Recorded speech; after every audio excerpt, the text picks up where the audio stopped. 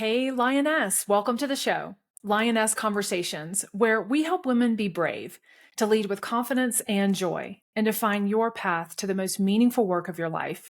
I'm your host, Jen Porter, leadership and empowerment coach for ambitious and heart centered women who are ready to change the world. You can find out more about the Lioness community at jenportercoach.com. Today's guest is Kristin Graham, an expert in unlocking the brain. She's the founder and chief nerd of Unlock, where she dives into the latest neuroscience and psychology to help us perform at our best. With 20 years of experience leading culture and communications at top global companies like Amazon, she knows what it takes to drive results. Today, she's an international speaker and strategist, helping teams and leaders all over the world. Kristin, welcome to the show. Oh my gosh, Jen, thank you so much for having me. I am so excited to have this conversation. And I want to just have you tell people what it means to unlock the brain.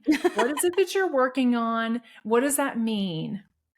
Uh, that's such a good question. Thank you for starting there. For me, I use all my years of research. I'm a former journalist, and I use science and research to give people permission to be messy, beautiful humans. That's what Unlock the Brain is. Instead of trying to fit into these sculpted, society enabled boxes, to just be like, who are you and where are you best? And I also am on a mission to help people do fewer things better. I call it my slow productivity rant. Yeah, I love that. And I don't know as much about that piece. What does it mean to do fewer things better? It is, well, it is part of unlocking our brain, because as hyper achievers and our brain, right, is always in survival mode, always scanning a horizon, trying to tell you everything that you forgot. And by the way, you should call the dentist, right? Always. It is really about that permission again to say there is no such thing as multitasking. And in Mm. order to really go slow to go fast, you will get so much more done and feel fulfilled from your brain chemistry, etc., when you really focus. And so fewer things Yes. better releases us from having 25 browser screens open and calling while you're vacuuming, and allows us to accomplish things instead of drive for achievement. That's huge. It's so huge. And I'm a daily practitioner. So this isn't coming from an expert. It's like case study. Here's today's captain's log. I do find that clarity, what is it that we're actually wanting to prioritize, and then focusing can be so powerful. And It's I true. think there's a confidence that comes when we're focused, meaning if we're clear on what it is that we want to achieve or accomplish, and we decide to focus on those priorities at a certain time, then we can really settle into it because we know this is what we've chosen to focus on. I love how you said that. And there's two things that are going on at the same time. The first is the digital landscape that we're in. The human brain hasn't had technology long enough to evolve to the pace of it. So when you're feeling constantly overwhelmed, that's not a deficiency on your part. That is actually evolution. We're just not there yet. We're not able to keep up the way that AI can spit something out.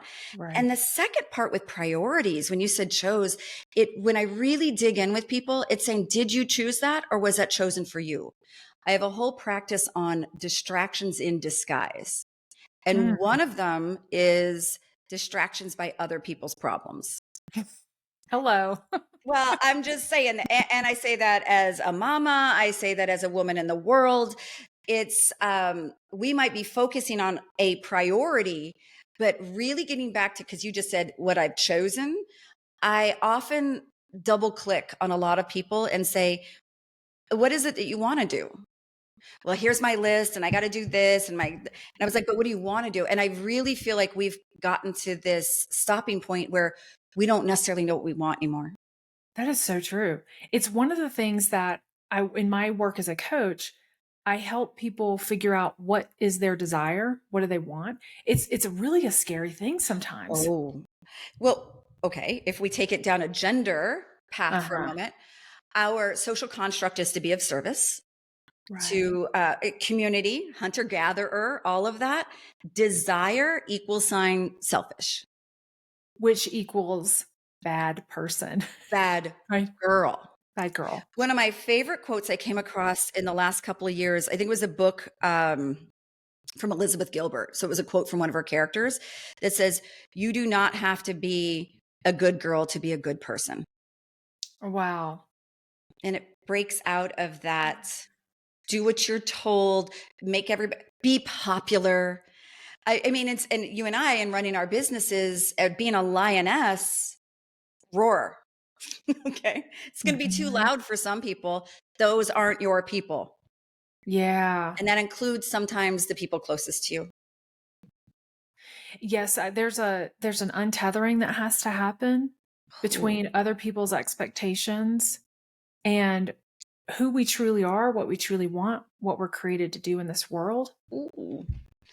Well, and what we desire to do. Desire is Yeah. not, it's not a forbidden thing. It's not something you get to do between 11 and 11:30 p.m. when everybody else is taken care of. It's, I Right? love that you're doing that work, unearthing individual desire and finding your purpose. That's legacy.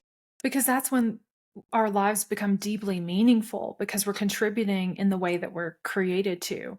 That's natural and leverages our strengths and our passions. And our past experiences, you start to see Mhm. what those experiences gave you, not just what they took from you. So true. So true. And we'll get more into that. Tell us more about Unlock. What are you doing? How do you share, what's the delivery in which you're able to help the world with these things? Help a portion of the world. Let's not get too large at the moment. So, because I mentioned I was a journalist, and when I worked in corporate, it was all about the data, right? I would lead with, I would, creativity and words would come easily. Yet, in order to influence, bringing in data, research, numbers, that was always kind of the tipping point into influence. And so I've used that same model to say, and I think that you'll probably appreciate this as a coach, there's tools, there's techniques, but they almost seem too simple. Part of unlocking the brain is to get past the psychological concept that if it's not hard, it's not worth doing.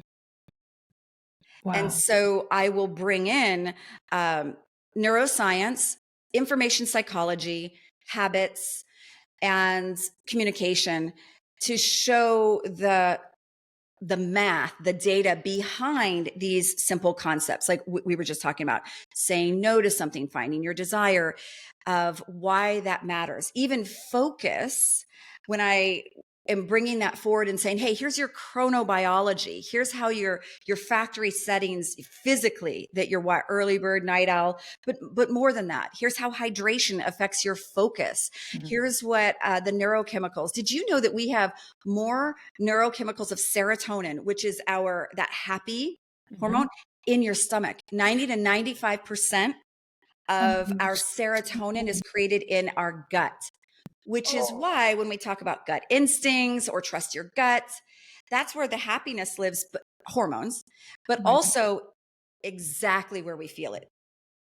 That's so true. And so it's bringing, I call them brain snacks, legitimate fact-based science to help understand the uniqueness of you so that you can then do what's best for you, instead of some blanket, everybody should be working at 8 a.m. That's actually not true for a large portion of the people. Right. So it's using data to help people accept their own uniqueness.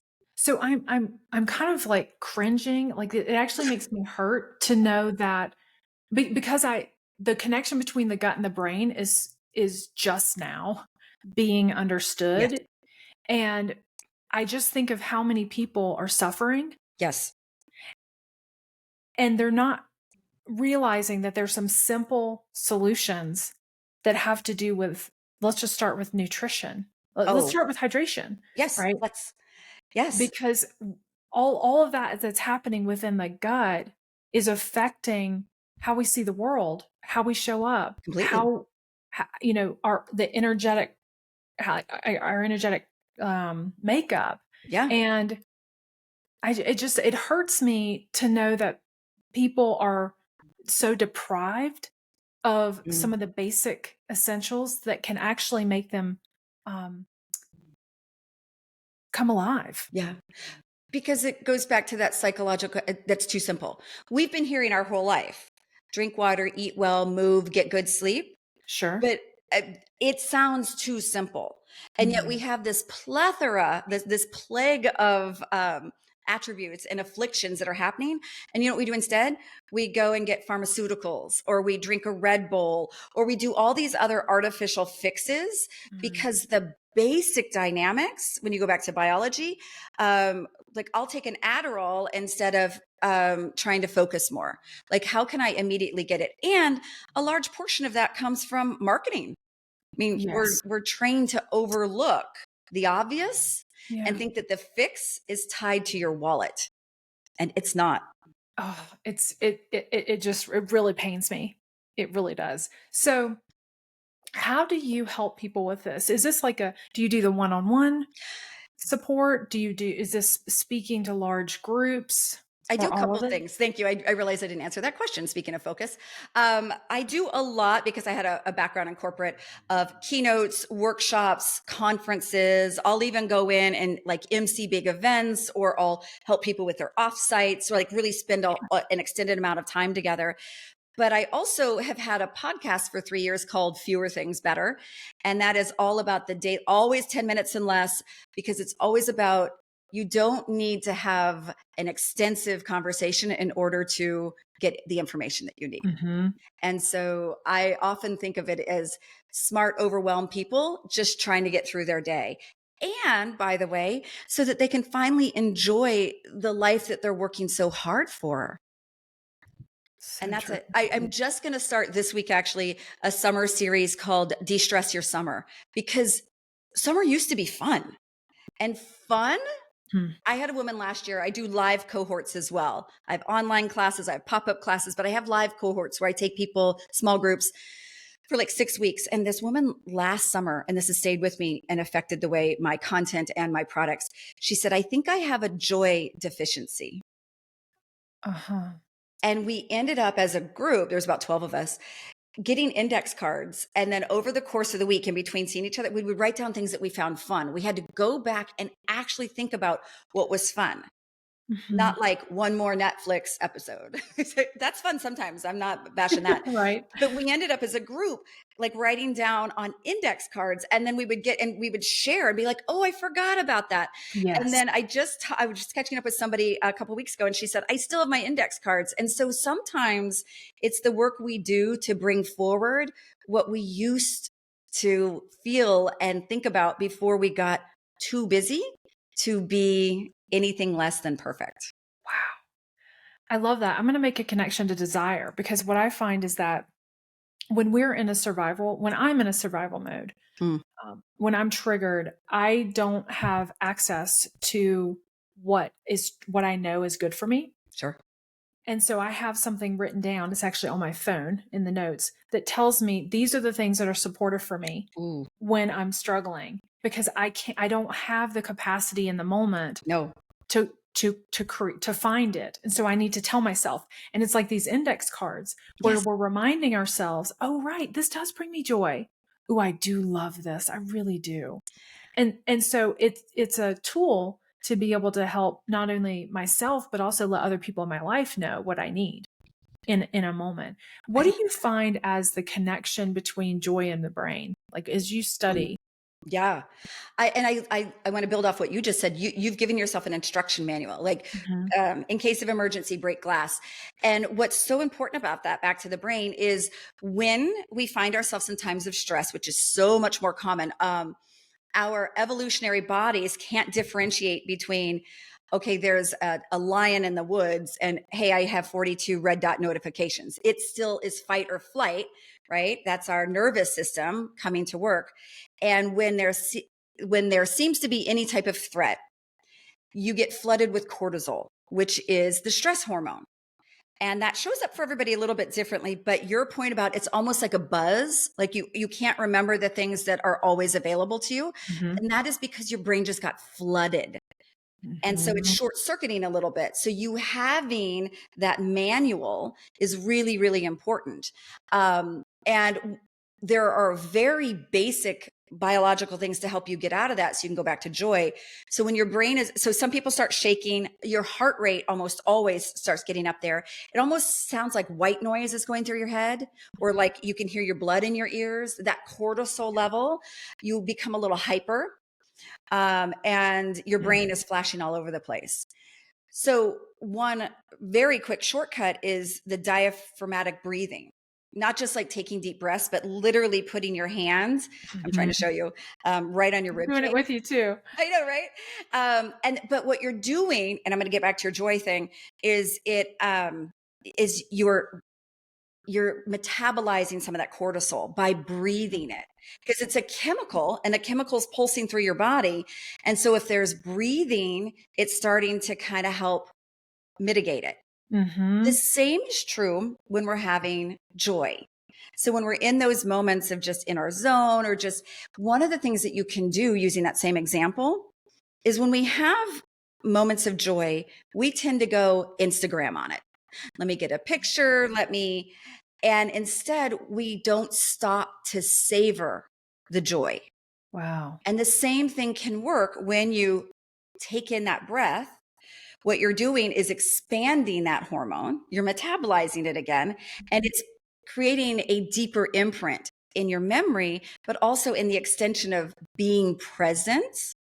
And it really helps that stickiness factor of, Yeah. oh, like, my partner's birthday was this last week, and then Father's Day, and we were all around, we were playing games and laughing, and I stopped and I was just breathing so I could look around, and I was almost like taking it in instead of seeing it through the lens. So the Mhm. breathing, as just one example, helps both when we are in stress and when we are in joy. And that's Mm. always available, no pill required. I love that. It's, you know, we've talked before about evidence, that our brain is always looking for evidence. What I Yes. find is that when we savor those moments, Yeah. even the painful ones, right? Even no matter what that moment is, to really, because it's all life, to experience the fullness of life is one of my values. I love that. And it's all, so that's, the good and the bad. Um, but when we savor those moments, we are able to integrate it into who we are. And then we can remember, oh, we've been here before. Particularly, I'll give you an example with sadness or grief. Grief used to overwhelm me.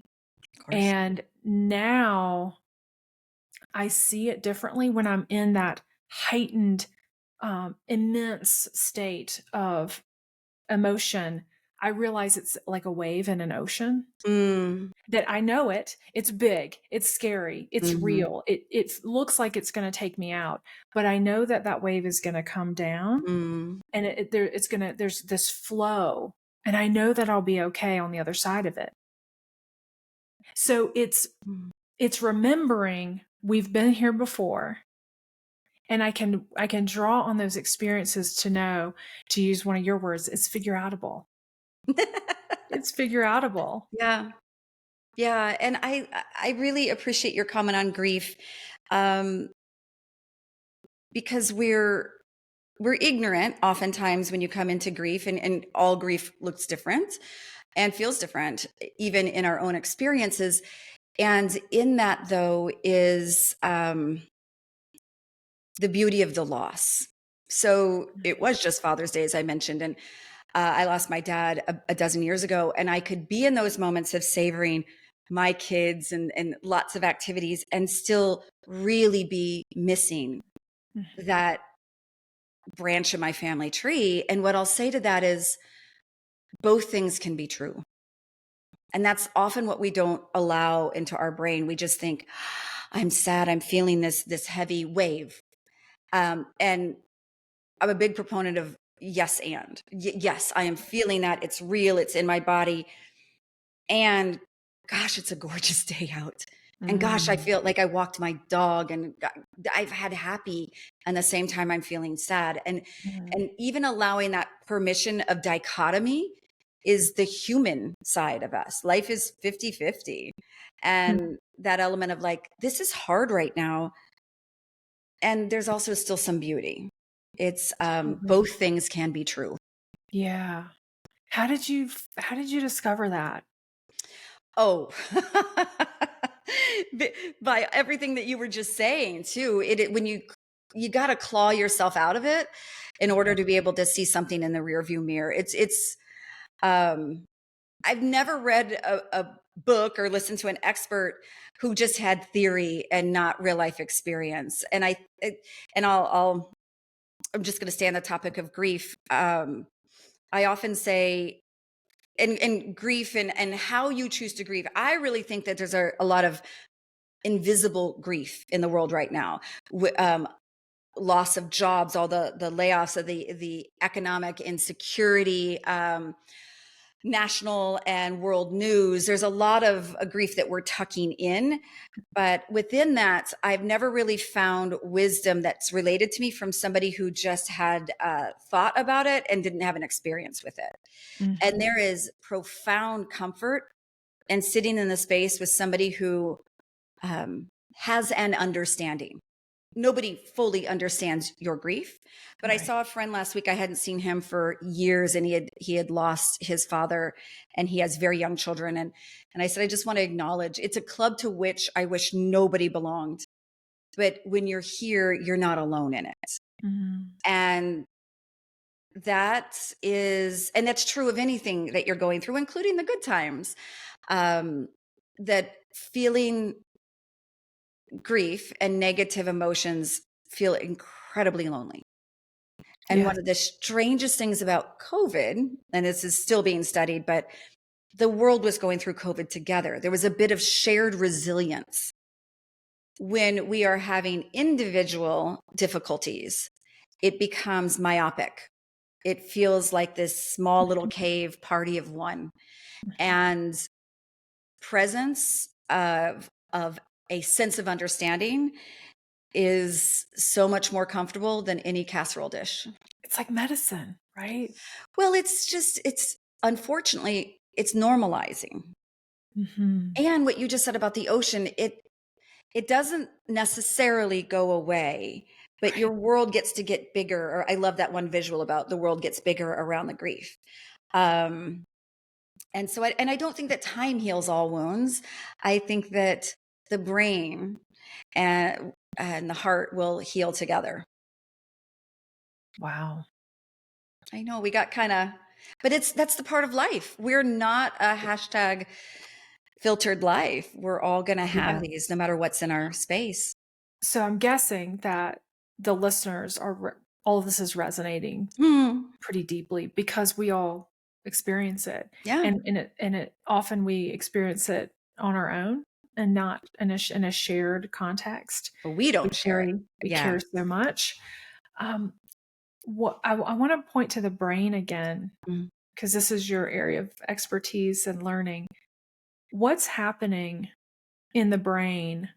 I'm particularly thinking about what we've talked about, where the brain is telling us things and it's looking for evidence. You've said the brain is a predictive machine and it's always looking for evidence. So what's happening in the brain when we're experiencing something like grief? Yes, such a great question. I'm going to answer both of what you just said. It's a predictive machine because your brain can process 300 thoughts a second. I mean, it is the original machine learning. So it's constantly taking in everything auditory, visual, sensory, and you're constantly being bombarded by this. And your brain is the filtration system for all this information coming at you, which is why if you're in the middle of an airport and you're getting kind of sensory overload, it's just because the brain's having a bit of system lag, right?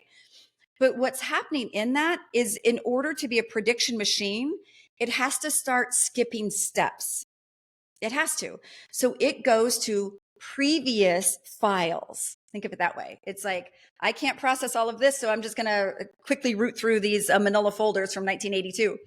And that leads us into what is called confirmation bias. And so it wants to skip a step. And remember, your brain's job is to look out for danger and to keep you safe. And the best way to keep you safe is the do nothing response. So when we talk about kind of working through, that's what courage is. Courage is kind of going against that safety mechanism, which has served us very, very well.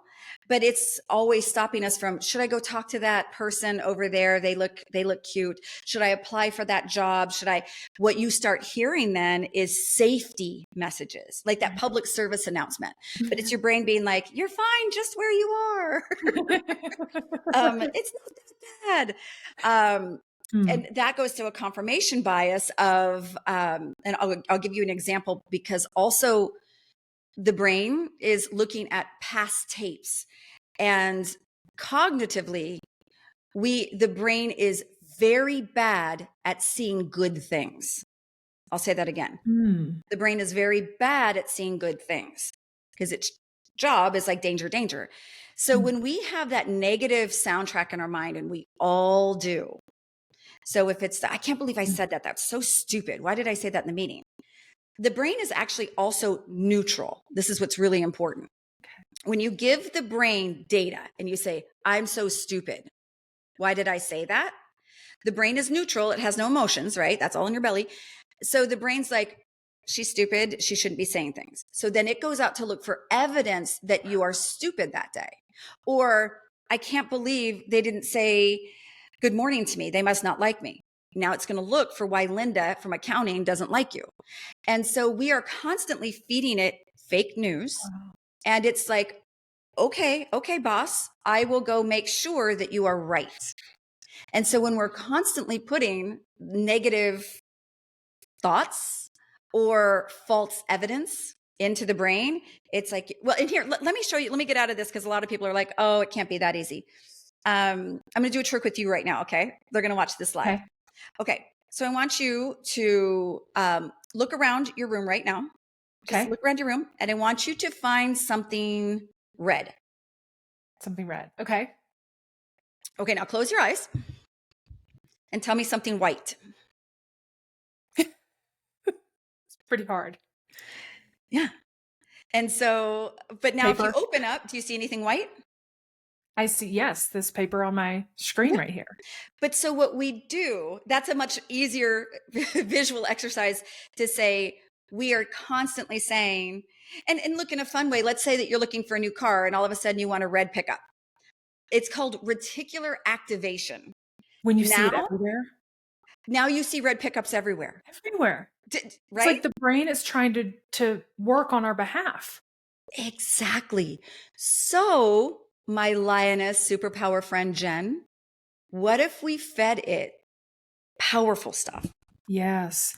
Because whenever I do that, oh, your brain soundtrack, it's like, yeah, I just have to say nice things to myself. Well, hang on.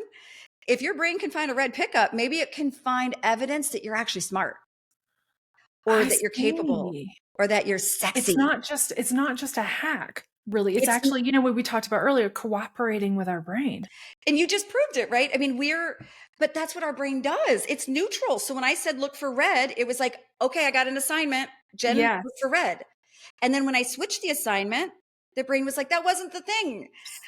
And so that's what I want everyone listening to understand, is that neuroplasticity, your brain is the most fungible muscle in your body because it can overcome anything.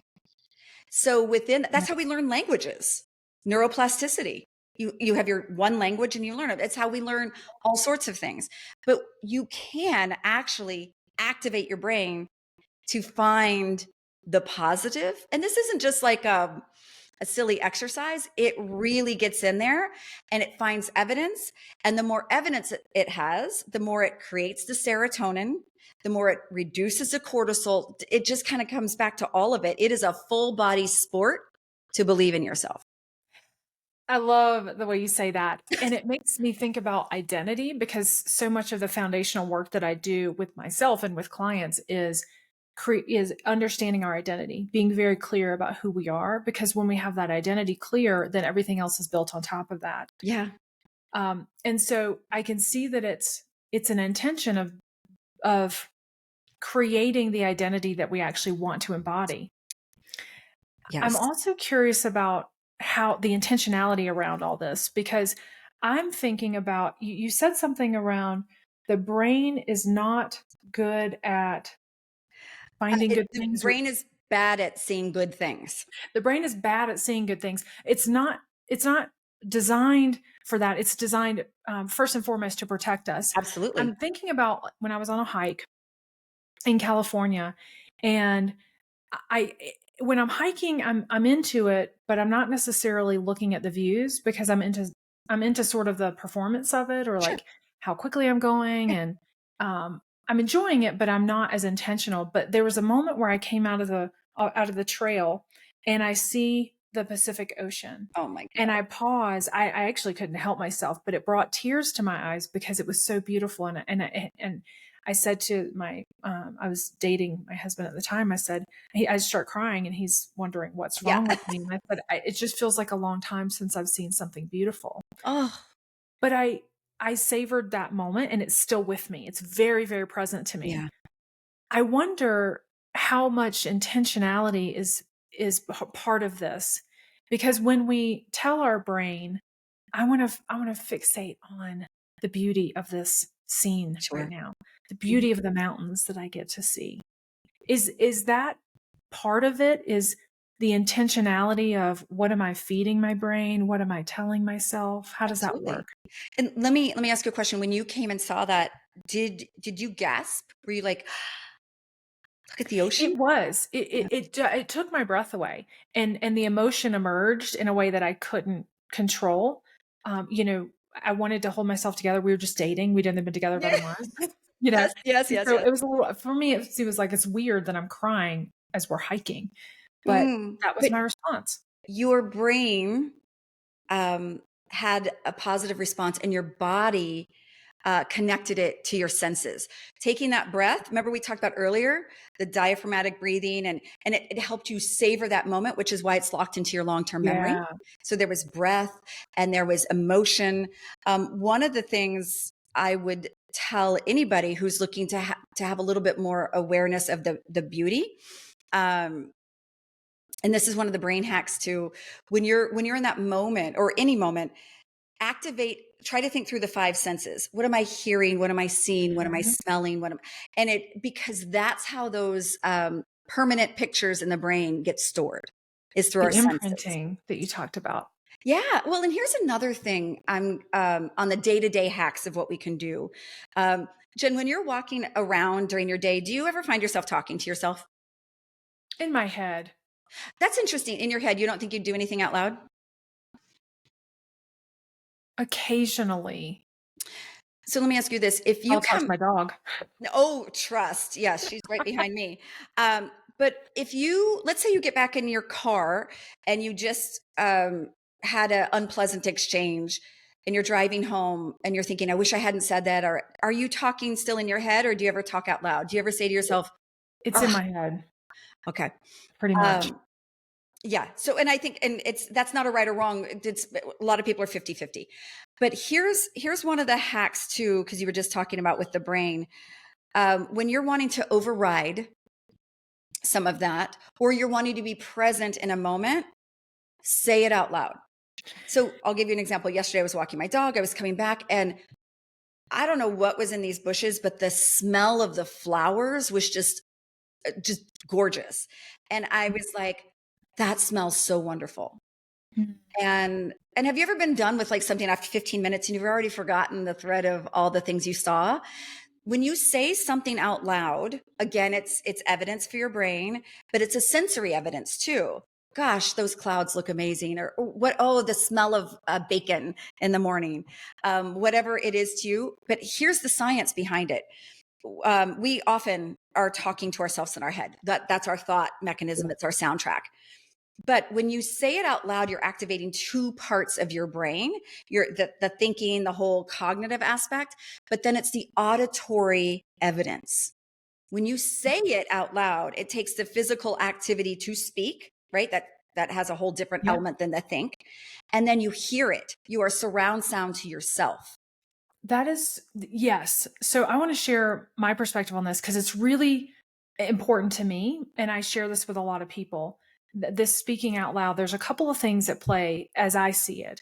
Mhm. Number one, the vocal cords create sound waves, Vibrations. that vibrations that are eternal. They never Yes. actually end. So it's so important what we're speaking out Yes. into the world, because it's going to last forever. So we have to be choosy Yes. with our words. The other thing I'll say is, I'll tell myself this, but I'll tell friends this and clients. Um, if you really want to override something or replace, how do you get out of imposter syndrome? How do you, shift your focus? Say it out loud, because our soul, the way I just say it is, my soul needs to hear me say it. My Ooh, yes, soul ma'am. needs to hear it, Yes, because ma'am. the soul can't really discern No, thoughts in our my thoughts. brain, Mm-mm. but to say it out loud, I'm speaking to my own soul so that it will hear it. I like it. And neurologically, Jen, you are disrupting a negative pattern Mhm. and you're putting a more powerful, like vibrational component into it. In fact, I did a recent podcast about the power of disruption.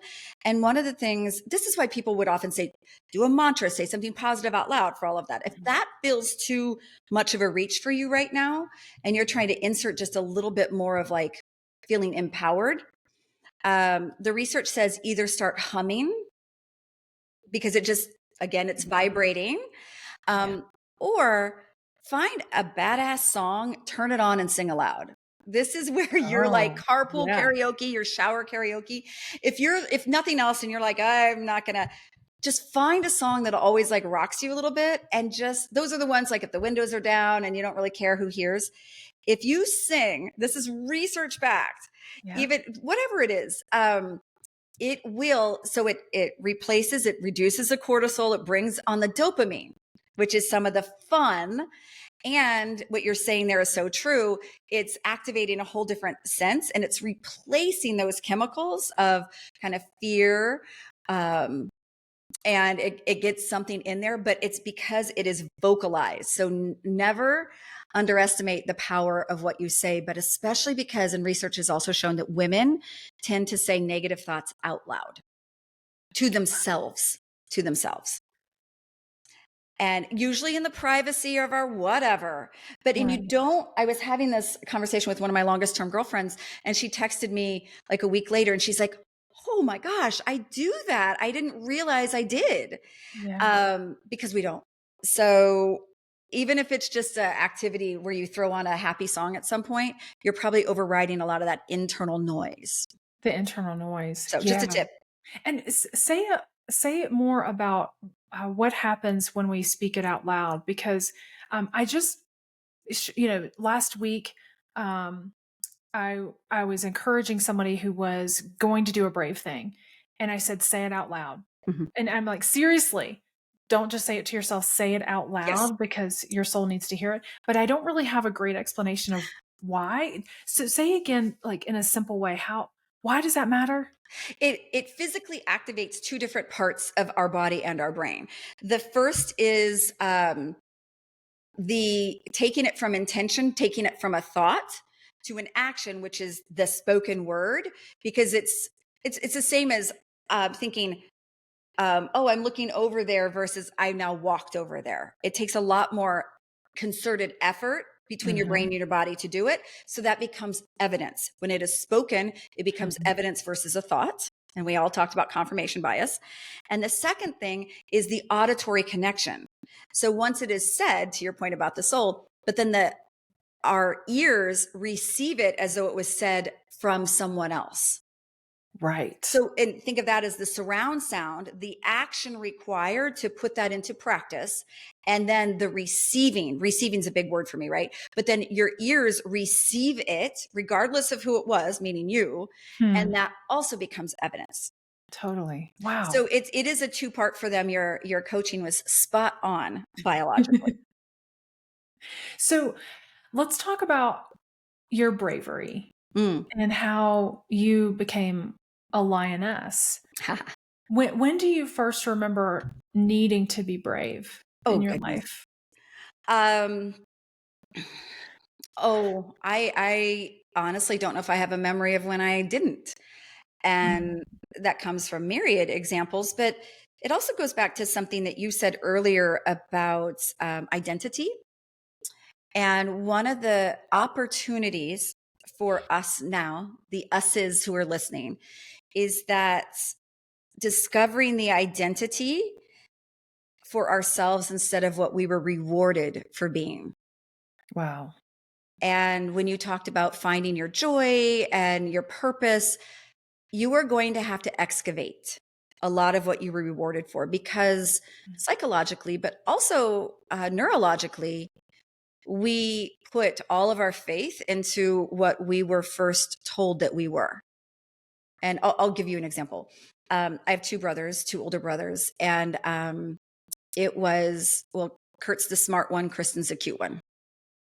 And I know families do that for a lot of reasons. It's we accept adjectives and make them attributes. And that is something that as adults and adults in the making, we need to take big erasers to, because we thought that that was evidence. But going back to answer your question, I say that because I realized it now in hindsight, but I was youngest, only girl in a military Catholic family. So I came into this world being like, I'm sorry, what? Why can't I do that? And I remember early on going to church, because we went to church every single Sunday, 8 a.m. And I have nothing against religion. This is an evidence theory, but I would watch. My whole family would have a role. My mom was a reader. My dad was a Eucharistic minister. My brothers were altar boys. These days, the church allows altar girls too, but not then. So we get to church early, and I'm sitting on the pew, and I'm watching my whole family participate. And I'm like, why am I not? A, I don't want to be here. I'm tired. B, nobody else is in church yet. We were there early. And why am I the only one not allowed? And it's not often what is said to us that sticks. It's what is excluded. And we've all experienced that feeling of other, which is why I think working on empathy in today's world is so important to draw upon, of just feeling left out or put aside or irregarded. And so being of value was very early a confusing thing for me. And then I had my oldest brother. So we were in the military. My oldest brother is intellectually disabled. So he would have been in the special ed classes back in the times that people. And so growing up in a world where, and then my second brother is highly smart, great. But it took me a long time to understand that I was smart too, that there could be an ampersand. We do this a lot in families, right? It's like we only got one little box of a characteristic. But back to being a lioness, an advocate, right, for my brother. And I was often, as latchkey kids, left to kind of, we took care of each other, sort of, but also I saw very early on that the world is different when you see it through somebody else's. Anybody who's been a caregiver for any circumstance where you're looking out on the well-being and welfare of somebody else. And then I've never known a world where that wasn't true, where I haven't been able to read a room or find a protective instinct within me. So I would say I've been mothering long before I was a mother, and for very good and solid reasons. But it becomes ingrained, and you just think that that's part of your role and your skills. So how did that shape you? I think advocacy has long been literally part of my DNA. I'm somebody who I'm always rooting for the underdog from a silly standpoint, but also even in situations, I'm kind of the first to diffuse or deflect. I have become really adept at interjecting, and that's worked great in corporate, let me tell you, of being like, hey, so here's, and really being able to take a situation and subtly, there's a great book called Super Forecasters and Super Communicators, and they talk about the individuals like in a jury room. they're not always the leader, but they're the ones that are like, hey, Jen, tell me again why you feel strongly about.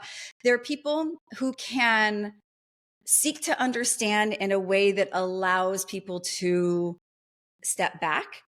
And I think I have been equal parts that elements of almost the connector. Doesn't always have to be the leader. Sometimes it's not. But then also the fierce lion. It is, my partner always jokes like, you want me by your side during the day, but in the alley at night, because it is without instinct. I will, and I've done it, I'm 5'5" and I'll be like David and Goliath. It is such an immediate instinct, whether I have, God, like run out in fields. And I just like the lion just goes and starts to attack because it's physical before it's, I will throw down. That is not necessarily said with pride, but if anyone comes to a place or if I see a situation, I'm the first one to kind of stand up and say something. And I'll try to always use humor, but then there's situations, especially if it involves somebody who I see as disadvantaged, a child or something else. It is pure hot flames. And that came from protecting. It came from protecting your brother. I think it came from my feeling of protecting all of those needing protection. Like I took it as a larger task of writing almost that superhero concept of you can't solve everything, but the thing, like I was the kid who would rescue the birds that the cats brought in or try to, it just becomes that thing of, but did we try? Now that of course leads to intensive codependence, and back to your point about what is my desire and really separating that out. And I've done a lot of work in that, but I'm still very pleased at that element of both fierce and also balanced to be in. And I've been in so many different corporate or things, or even just to be silly, I'll be in a restaurant and I'll be like, so, if you did have a free dessert, which one would you want to bring to this table? And it's so fun. And they always talk about like the Kristin magic, and I'm always trying to get a discount, and not in just in a gravitas way. So it's of really using people to open up or customer service. The other day, my partner was like, I called this hotel we're booking for his mom for her special birthday. And he's like, can you just call and do the Kristin magic? And I'm like, I'm on it. Right. And got the like corner room, and because I use it. Advocacy can also be very positive. I was like, what room would you put your mama in? And tell me about that. And what questions am I not asking right now? And I just use my people curiosity as a tool without being a shovel. You open things up. I try. And see, that's what so many people don't try. I've taught a lot on negotiation. I've taught a lot on personal brand. And my bumper sticker for that is, it's always worth the question. There's such a fear of I'll feel guilty, or like I don't want to trouble anybody, or I don't want them to think I'm bougie. And I love the art of curiosity because it allows us to receive, which goes back to that. When you are a caretaker for everyone else, you get the piece of bread and you give it to everybody else. So I have spent decades learning how to receive. And part of my business, and I think yours too, Jen, is allowing people to feel comfortable enjoying what they've earned.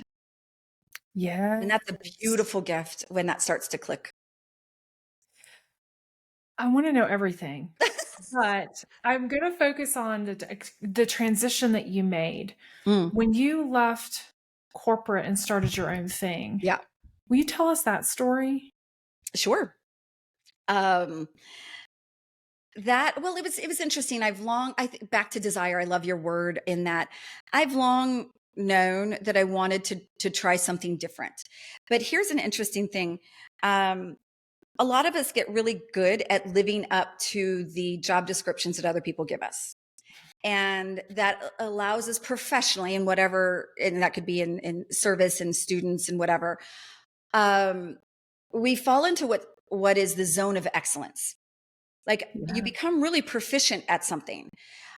Whether you find joy in it or not. Like I was always that person who could fix the copy machine. You know how like you have those quirky, like, I don't know why, but I could always just figure out the copy machines and obviously more than that, but you become just good at things by default.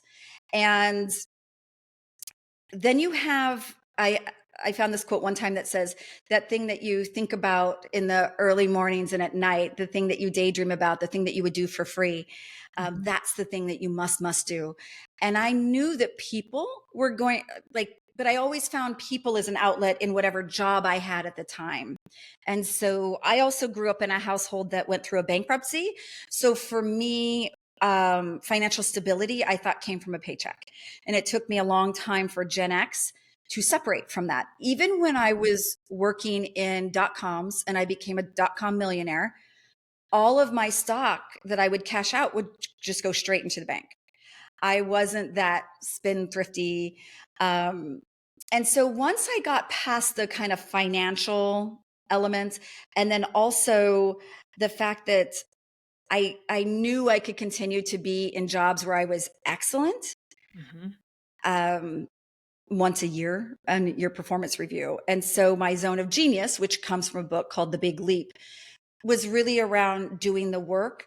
And so during COVID, and the world was upside down, I was like, I'm going to give this a try because I will never regret trying. But I know in 5 years, if I'm still working at this company, which was biggest in the world, I'm going to regret not having tried. And I can always go back and get a day job. Mm-hmm. And I don't say that lightly because I have a lot of people who are struggling to do just that. But it was the fear of what I call the velvet rut. And we've all done this, whether it's relationships, whether it's jobs, sometimes it's an address or a zip code. And we're like, we've got the Costco size velvet, but we're not moving. We're in a rut and you Yeah. know it. You know it. A lot Mm-hmm. of times it's relationships and you're like, well, I don't want to be single. And it doesn't have to be romantic relationships. Mm-hmm. Friendships that have long outlived their expiration dates. Yeah. Sometimes it's relatives. Blood does not give them a contract to stay in your life. Hmm. Sorry, that needs to be renewed on a regular basis. There are service level agreements that come Yes. with being in my life. But Yes. to your question, I was also a recently divorced single mother of 2 teenagers. And I was like, something's got to be better than just this world that was in the middle of such chaos. Yeah. And it's really about borrowing other people's belief. Here's something that I talked to several entrepreneurs as I was getting ready to go out. And this one guy said, go all in on yourself. Just go all in. Mm-hmm. Go all in and assume that you have a salary and believe in yourself the way that you believe in everybody else in your life. And that was powerful. And one of the things when I am talking from stages or one-on-one, it's to say, you're not going to success only comes with evidence. You only feel successful once there's evidence. In order to Yeah. start anything, you have to go out there with no proof. And again, our brain is like, excuse me, I did not get that manual. And it is, I remember that same person said, so borrow somebody else's belief in you until you get your own. And that's one of the Yeah. things I really see in your work, Jen, is that you extend this huge line of positive credit for others to use interest free. And we need that. And sometimes you're going to borrow belief from people who don't even know you. It's okay to have people that you look ahead to and say, rock on. And it's supposed to be scary. It's the right kind of hard. It's supposed to. Yes. I say that I just wrote about this last month about how I give clients my belief. Yeah. When they can't believe in themselves, they can borrow mine. It's powerful. It is. It is. And I can help them find the evidence, Oh, sure. right? And we Well, need other people to do that, is to help us find it. of course, it's we can't read the label from inside the bottle. Hmm.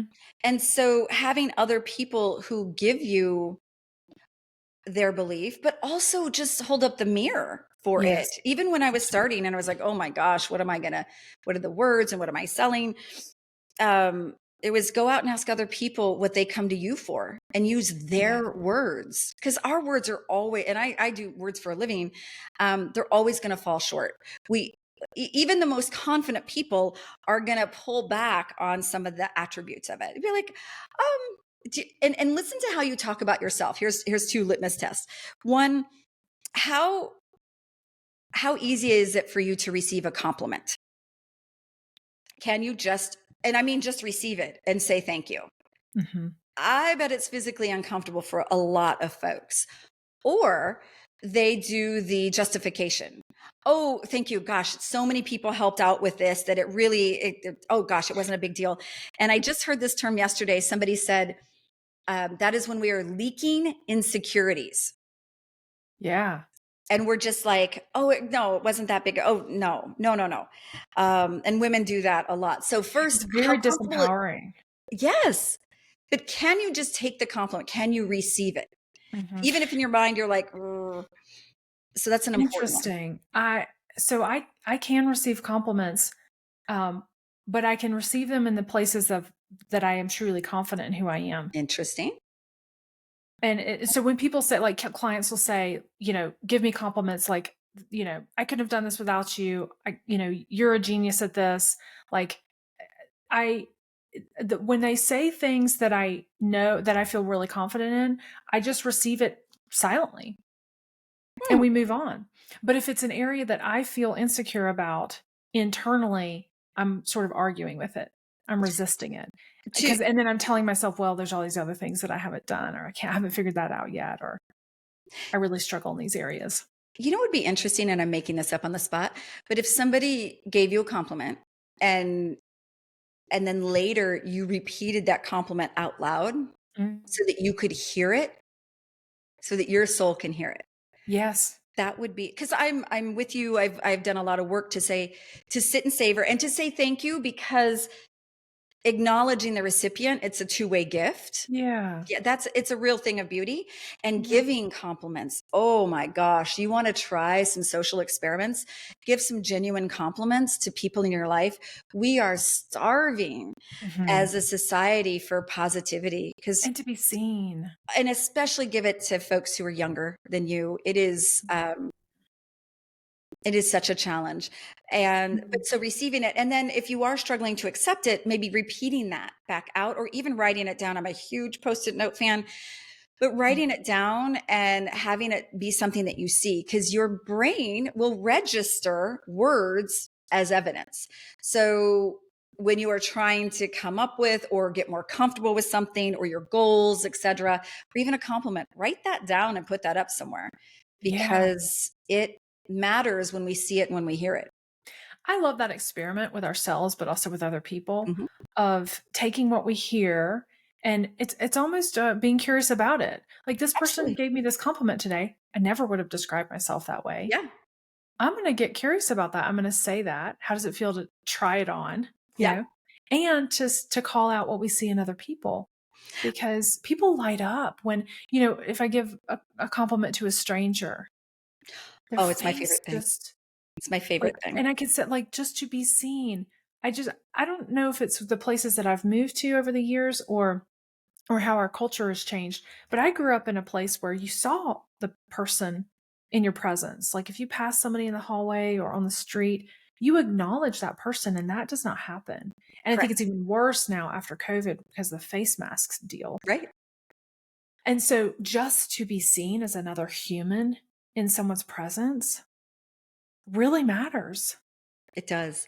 And it is often easier to give compliments to people we don't know and to receive them from Hmm. people we don't know, because there's no emotional social contract with that person. Interesting. Oh, you're Yeah. just saying that. Or it Mhm. is a wonderful practice to get to neuroplasticity, to practice it on strangers. And another self experiment I've done with a lot of people as they're working on their own transformation is to say, get a pack of Post-it notes, whatever. And over the weekend, I give them a time box to say, I want you to write down attributes of yourself, positive attributes, especially if they're looking to do something. and then ask other people what their words are for you and see if any of them match. It's like refrigerator poetry for your brain. I love that. You are such a word nerd. Oh, I love it. I love it. Well, we're all listening to somebody, and I'm sure you do this too, and they're talking about their goals. And I was like, so what I heard you say is, and they're like, is that? And I'm like, that's what I heard. I mean, that is Mhm. what you're capable of. And it's, I think words are one of the best gifts that we can give to one another because they're one of the hardest to give to ourselves. Yeah. Hmm. I'm very literal when it comes to words. I think about their meaning and their origin. And so I'm very conscious of the words that I use. And if someone says something, um, they may say, like in passing, like, I'm lazy. Oh, I didn't do that because I'm lazy. And it's like, whoa, Mhm. ha- here's all the evidence I as to know. why you are not I lazy. know. What was that about? Mhm. And so we say these things without even thinking. And it's like, why would we say that to ourselves? We wouldn't allow anybody to say it to them, right? And yet we treat ourselves worse. It is, and it's kind of a joke in my family and friend group. If we're out somewhere and somebody says a negative thing, they're like, oh, here she goes. Because I'm like, can I just point out that you have said that you were silly or 3 times in this conversation? And they're like, no, I didn't, weirdo. And it was like, actually, but so part of my research into this space was my oldest son is on the autism spectrum. He's about to turn 22. And, he's very literal.